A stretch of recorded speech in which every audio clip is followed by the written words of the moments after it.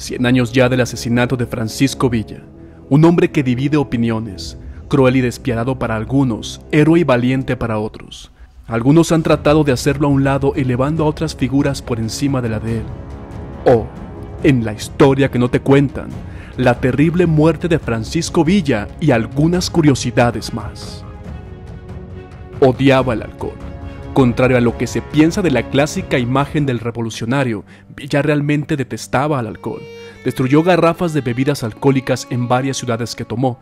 Establecer la ley seca fue uno de los primeros decretos que estableció cuando fue gobernador. En su corta estancia como gobernador, se dedicó a perseguir a los fabricantes clandestinos de sotol, a los que culpaba de las miserias de los obreros y campesinos de la región. Opinaba que el consumo desmedido de estas bebidas era uno de los peores vicios que un hombre podía tener y que era la causa de la miseria de los pobres. Villa decía que las cervezas sabían a meados y que quién sabe qué sería más feo, una purga de aceite o una de cerveza. En el primer encuentro con Emiliano Zapata terminaron de comer y este le ofreció un coñac a Villa para celebrar la unión de los dos ejércitos del sur y del norte. Con tal de no rechazarlo, Villa hizo el intento y apenas mojó sus labios en la bebida.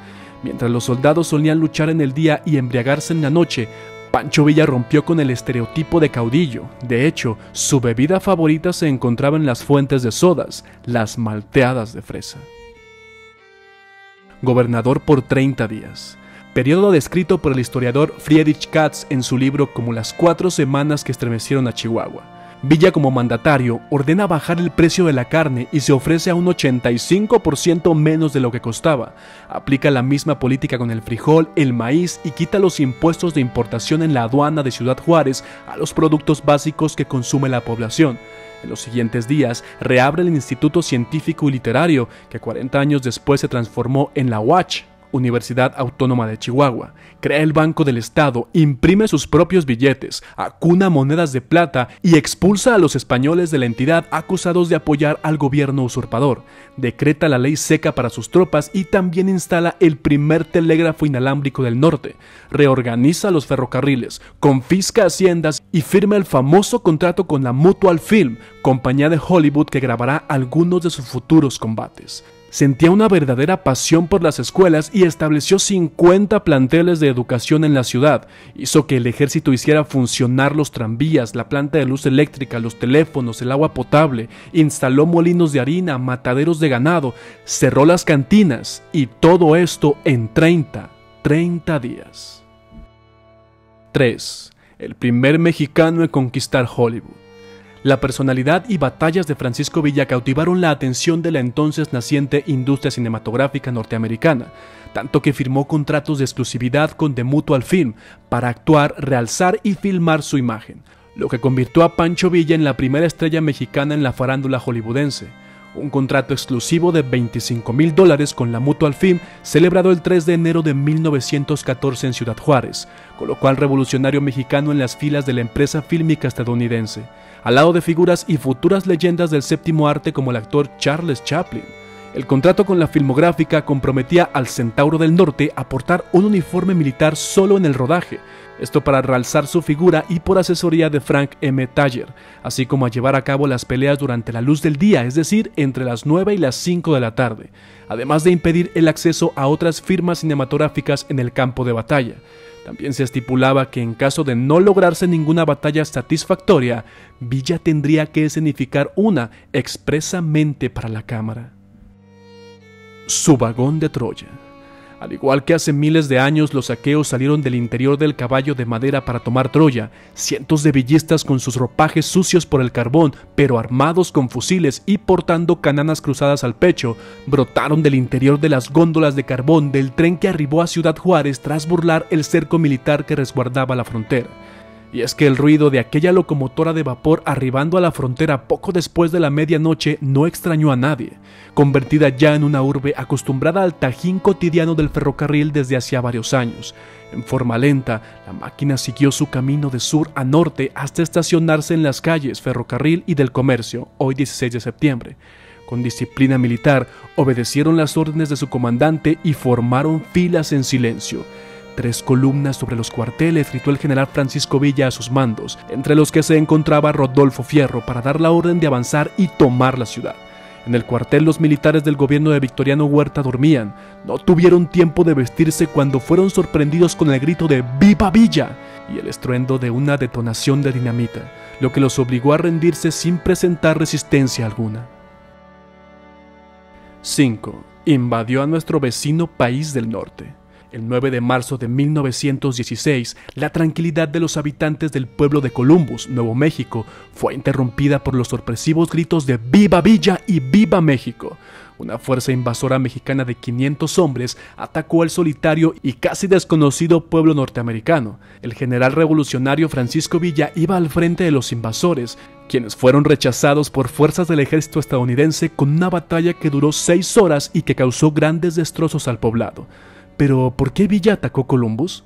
Durante el año anterior, el ejército revolucionario puesto a sus órdenes, la poderosísima División del Norte, había sido destruida en una serie de terribles batallas libradas contra el ejército constitucionalista que mandaba el general Álvaro Obregón.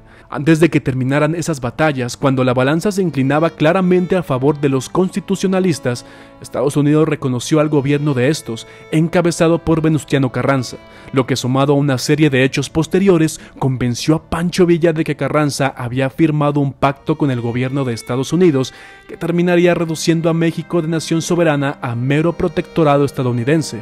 Así decidió impedir semejante iniquidad mediante un acto de provocación que causara una guerra para salvar a la patria. Número 6. Los 300 hijos de Pancho Villa. Existen numerosas historias y anécdotas alrededor de Pancho Villa, y una de ellas menciona que era diciembre y por esos días la División del Norte y el Ejército Libertador del Sur de Zapata tomaron la Ciudad de México. Fueron los días cumbre para la rebelión que comandó la Revolución Mexicana. Se dice que el general Villa salió a dar una tranquila caminata nocturna de reconocimiento por el centro de la ciudad, junto al entonces coronel Juan N. Medina, quien después se convertiría en general del ejército villista. Mientras caminaban por lo que hoy se conoce como Eje Central Lázaro Cárdenas, que curiosamente también se llamó en algún momento como Niño Perdido, Villa se percató de que estaban rodeados de un grupo enorme de niños. Pancho Villa sabía que esos niños solo tenían 2 alternativas: serían víctimas o serían bendecidos por aquellas decisiones que se tomarían en las siguientes horas por el grupo del cual él formaba parte. Las lágrimas brotaron de sus ojos. Doroteo Arango fue un niño que no tuvo nada, cuyas primeras armas fueron sus manos. El primer camino que conoció en la vida fue la miseria y su única opción de supervivencia fue la violencia. Y sin embargo se encontraba peleando por una causa mayor a él en ese momento. Fue ahí cuando se dio cuenta de la tercera alternativa y le dijo a su coronel: «Cuenten a todos los huérfanos que puedan, me los voy a llevar a Chihuahua.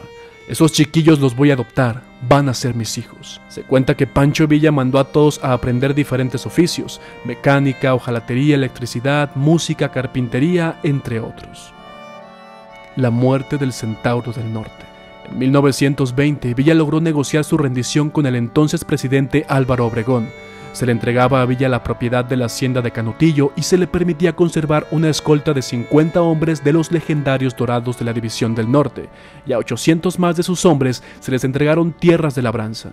No era la primera vez que se fraguaba un atentado en contra de la vida de Villa. Antes de esto, Jesús Herrera, un hombre influyente de la región cuyo padre había sido asesinado por el guerrillero, contrató a varios asesinos a sueldo para que le mataran. Pero Villa fue advertido por su amigo Alfredo Chávez y les tendió una trampa, terminando con varios de ellos. Ese caluroso día de julio les había llegado la señal desde Rosario. Un joven se apostó en la esquina de las calles Juárez y Barredo, y al ver venir el carro de Villa con 5 escoltas dio la señal. Gritó: «¡Viva Villa!», al tiempo que se secaba la frente con un paño blanco en su mano izquierda. Los coludidos comprendieron el mensaje. En el coche iba Villa y su posición en el vehículo era el asiento del copiloto. En cuanto el vehículo dobló la esquina, los 8 hombres salieron de los cuartos. Desplegándose en abanico, empezaron a disparar hacia el lugar del piloto del coche, que había frenado intempestivamente. No les importaba morir en el intento. Su único objetivo era terminar con Villa y proteger así a los que sobrevivieran y a sus familias.